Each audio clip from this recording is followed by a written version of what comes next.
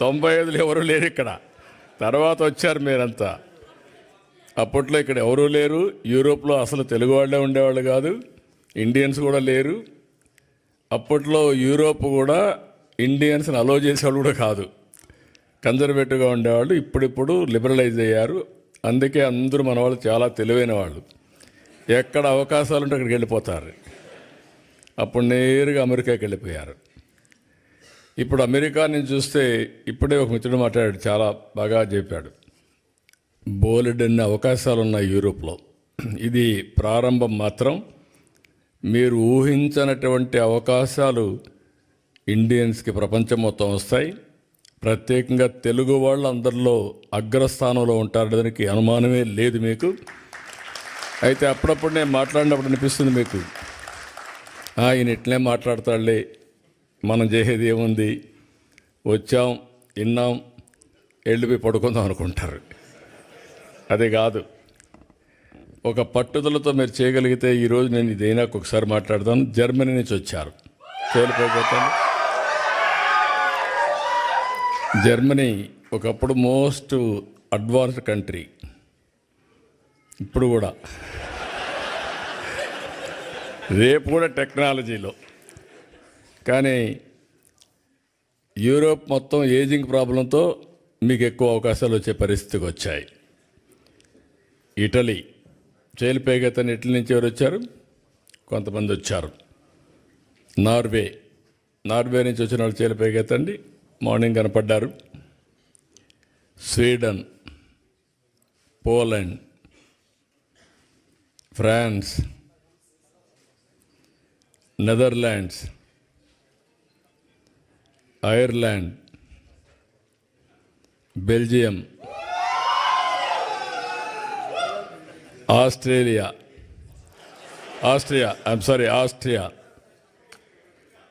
నువ్వు ఉన్నావు. లేకపోతే చాలా కొరతగా ఉంటుంది. నేను అదే అన్నాను. ఇప్పుడు ప్రపంచంలో ఎన్ని దేశాలు ఉన్నాయో అన్ని దేశాల్లో తెలుగు ఫుట్ ప్రింట్ ఉండాలి. అన్ని దేశాల్లో తెలుగు వాళ్ళు ఉంటారు, ఇండియన్స్ ఉంటారు. అది సాధ్యం. ముందు ఆ విశ్వాసం మీకు వస్తే ఇది ఎట్టి పరిస్థితుల్లో కూడా జయప్రదం అవుతుంది.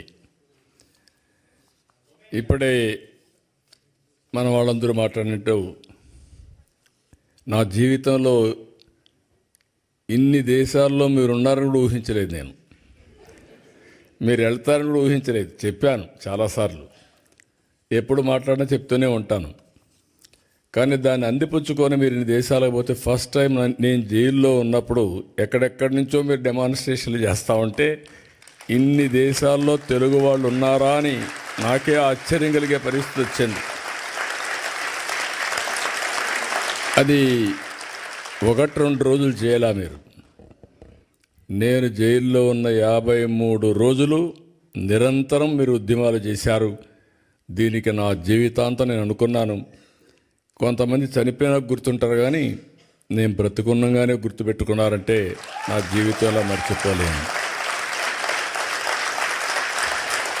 అక్కడి నుంచి ఎన్నికలు వచ్చాయి.